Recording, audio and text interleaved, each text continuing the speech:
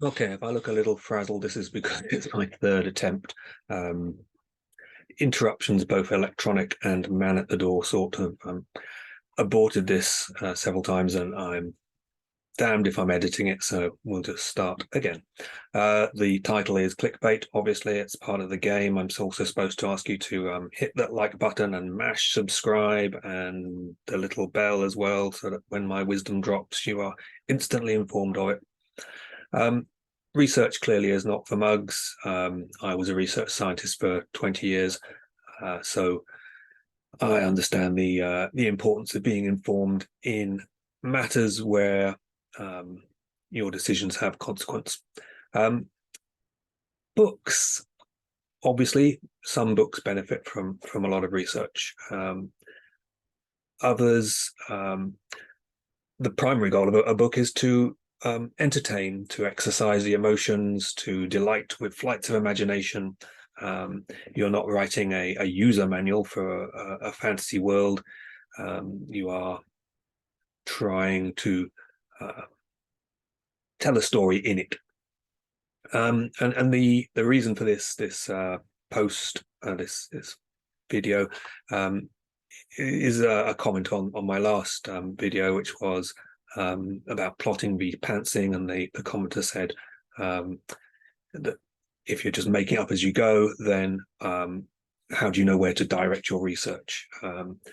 And we'll look at that comment in a minute, and I am in absolutely no way intending to make fun of it or say it was a silly question. It wasn't, but it illustrates a certain point that I wanted to talk about. There is amongst the reading and writing community some parts of it a feeling or an impression given, at least, that if something doesn't have a vast weight of research behind it, then it itself carries less weight, is somehow less valuable. And I disagree. The impression may come from even Tolkien days, where, I mean, Tolkien didn't found the fantasy genre, but he certainly built a big platform along atop of which much of it rests. And Tolkien famously has this sort of icebergian approach, where he devoted a large portion of his life to sort of noodling about Middle Earth, exchanging letters about it, writing, filling up big fat notebooks about it and the languages. And the books or book that you read is the tip of an iceberg, and there's this vast repository of understanding about the world it's set in underneath it.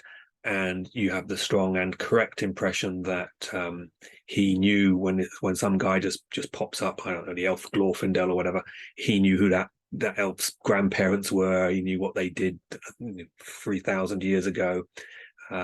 He knows all manner of things about that person's history. The door that you don't open, he knows what's behind it. That's the impression. And that's all well and good.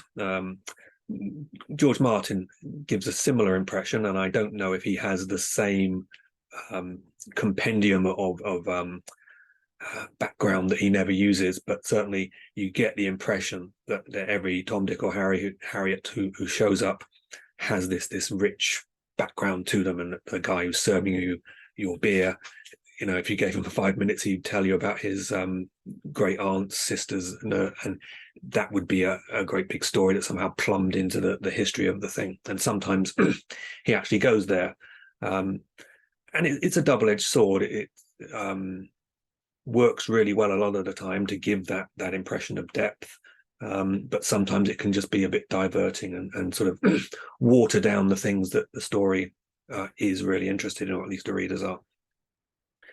So you don't need to spend 15 years developing all of the background in order to write a great story. And many of the great stories that you will have enjoyed do not sit upon this mountain of research. And the two types: there's research into real things, to educate yourself about something you're going to talk about. I don't know, the nitty gritty of horse tack or something. And there's research into imaginary things, i.e. just like Tolkien, flooding out, the details of history and the languages used and the script and all that sort of stuff. Both I'll call research. whereas one is really just invention that you don't use on screen, so to speak. But most books produced at a higher tempo will strive to give you that impression, and often extremely successfully, but that the bottom part of the bottom 90% of that iceberg isn't actually there. The ice that you see is all of it, and it's just floating on top of the water. It's very light ice. It's a bit like in the films when they ride into the cowboy town and you see the saloon and the hotel and all the other buildings, and they're just facades, that it's a set in the Arizona desert, and if you walk around the back, there's just some support struts and nothing else. But it still works. You still enjoy the film, even though there's nothing behind that facade. It doesn't have to have the full house there and the people with their own stories in order for you to enjoy the gun battle or the journey of this, the character arc of this person who's rode into town. So one of the main dangers to getting a book written is procrastination. And there are many forms of procrastination. You just find something else to do that's unrelated. Oh, the bins need emptying, I need to paint that wall. Sometimes procrastination can be useful in another sense. So you getting your household chores done. Sometimes you just procrastinate by wasting time on YouTube, which you should only do if it's my videos. Procrastination is at its most dangerous when it comes under the guise of something that's helpful to your writing, because then you are much more likely to admit it into your schedule and spend loads of time on it and think, yes, I'm doing great stuff because it's for the book. And research comes in that guise. Now, obviously, there are many times when you will want to do research.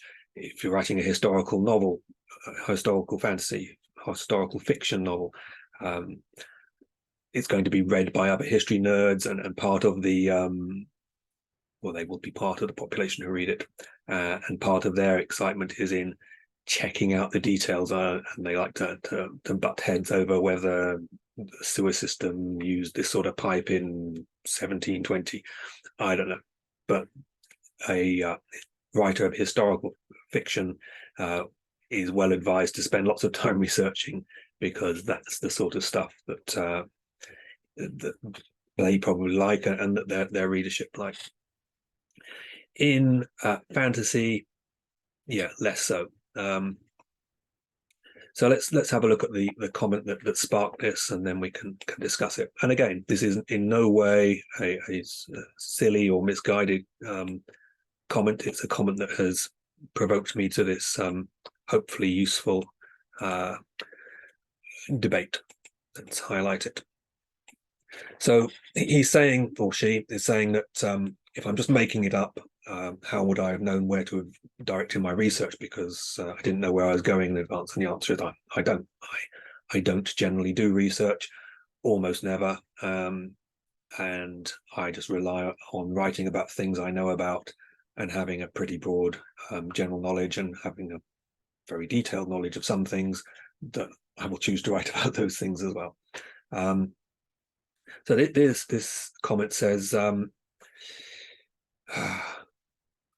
or do you have enough of a sense of the general shape of the story to know that, hey, I've got to research castle fortifications, temperate zone flora and fauna, naval warfare, build a magic system, and dominant local religion beforehand, or does that all come later as needed?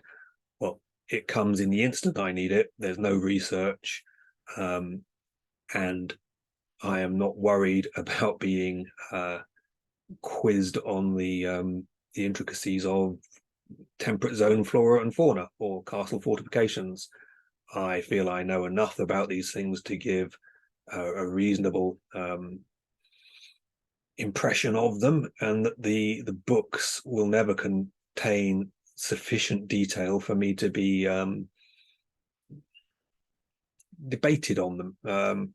So let's have a further look at the commenters. There was more to it. Yeah. Where's it gone? Has he deleted them? Huh. Okay, I'm going to have to remember what was said because I can no longer see the thing.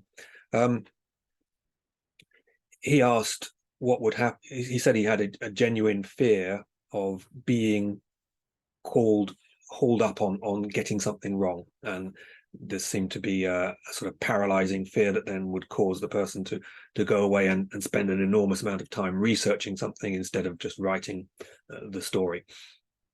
And he asked if it had ever come up and bitten me in the ass because I hadn't. And I think his example was that some astute reader would have decided that in the rain shadow of these mountains there wouldn't be enough water to grow this type of crop. And my answers were that, well, first of all, no, that never happened. If it did happen, I wouldn't care. I just move on. And that in general, you don't put sufficient information into a book, a readable book, that you are able to be pinned down to that level. There's not enough information for anyone to just assemble an unassailable case against you in that sense. There's always enough slack that you can just point at something that isn't in the story, and that allows you to sidestep the accusation. It really doesn't matter, and I think these worries that are driving this person to do potentially an excessive amount of research are just getting in the way of them writing the book. And I've written, I don't know, in the last 10 years about 20 books.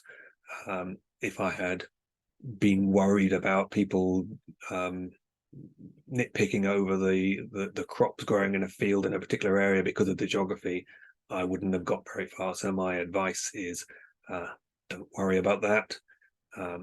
Do research only when you want to show something in high fidelity that you know very little about.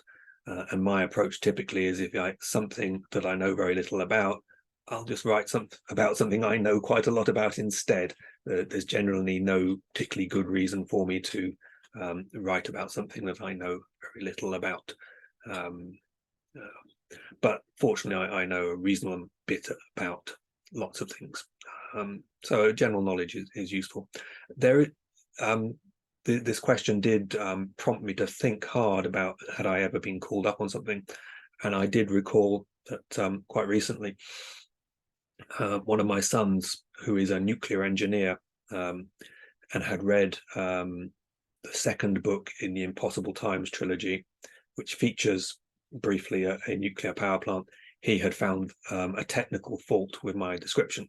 And when I was writing about a nuclear power plant, I mean, I've got a degree in physics. I have visited a nuclear power plant. I know sort of at a reasonably high level about nuclear power plants, to a point where I felt confident to write about it without hitting the Wikipedia page and sort of doing research. And yes, it turned out I had made a mistake, and possibly one person in 10,000 who read the book would notice it. Would it destroy their enjoyment of the book? I doubt it. Would my time, if I had spent hours looking at the ins and outs of Magnox reactors in the UK, and sidestep that, would it have been a good investment of my time? I don't believe so. And I can actually bring up the issue here. Whoops, it's on this one here. So, and look here, my perfect get out clause. I was no expert. It's written in the first person. The character is talking about the reactor. So I just say, well, he's just said he's no expert and he made a mistake. Move on. Saved. But the point is here that I knew Bradwell was a Magnox reactor, graphite control rods cooled by carbon dioxide gas, blah, blah, blah, blah, blah, blah. It turns out that actually it's boron steel control rods. Graphite is a moderator, so boron steel absorbs neutrons and therefore can shut the reaction down. Graphite moderates or slows neutrons and actually promotes the reaction. You're bored already, aren't you? It doesn't matter. I made a mistake. it was an interesting conversation with my son to have him pick this up with his expertise as a nuclear engineer. But really, in terms of the success or failure of the book, no. So to conclude, research can be a good thing. Do some, but don't become obsessed about it. Don't allow it to get in the way of you writing a book. Don't allow fear of making a mistake to paralyze you. Obviously, some areas are far more important than others. Nobody's going to be offended by my failure to remember the composition of the control rods in this reactor. If you were writing about a different real world culture as opposed to a made up culture, if you're writing about a real world culture, and you got made errors, you could insult people, you could upset them. It's not respectful, and so you would invest the time there. And similarly, had this been a book or a trilogy centered on the nuclear industry, and this had occupied, instead of a couple of pages, many chapters, then yes, it would have behoved me to refresh my memory a bit more. If I was a complete newbie and had decided off the cuff to write about nuclear power industry and knew nothing about it, rather than just making up stuff about getting the tweezers and putting the atoms together, yes, spend some time on Wikipedia and find out the things you need to know. That's it. Hopefully this is recorded, and third time lucky. I will see you next time. And when I've found the button to close the meeting.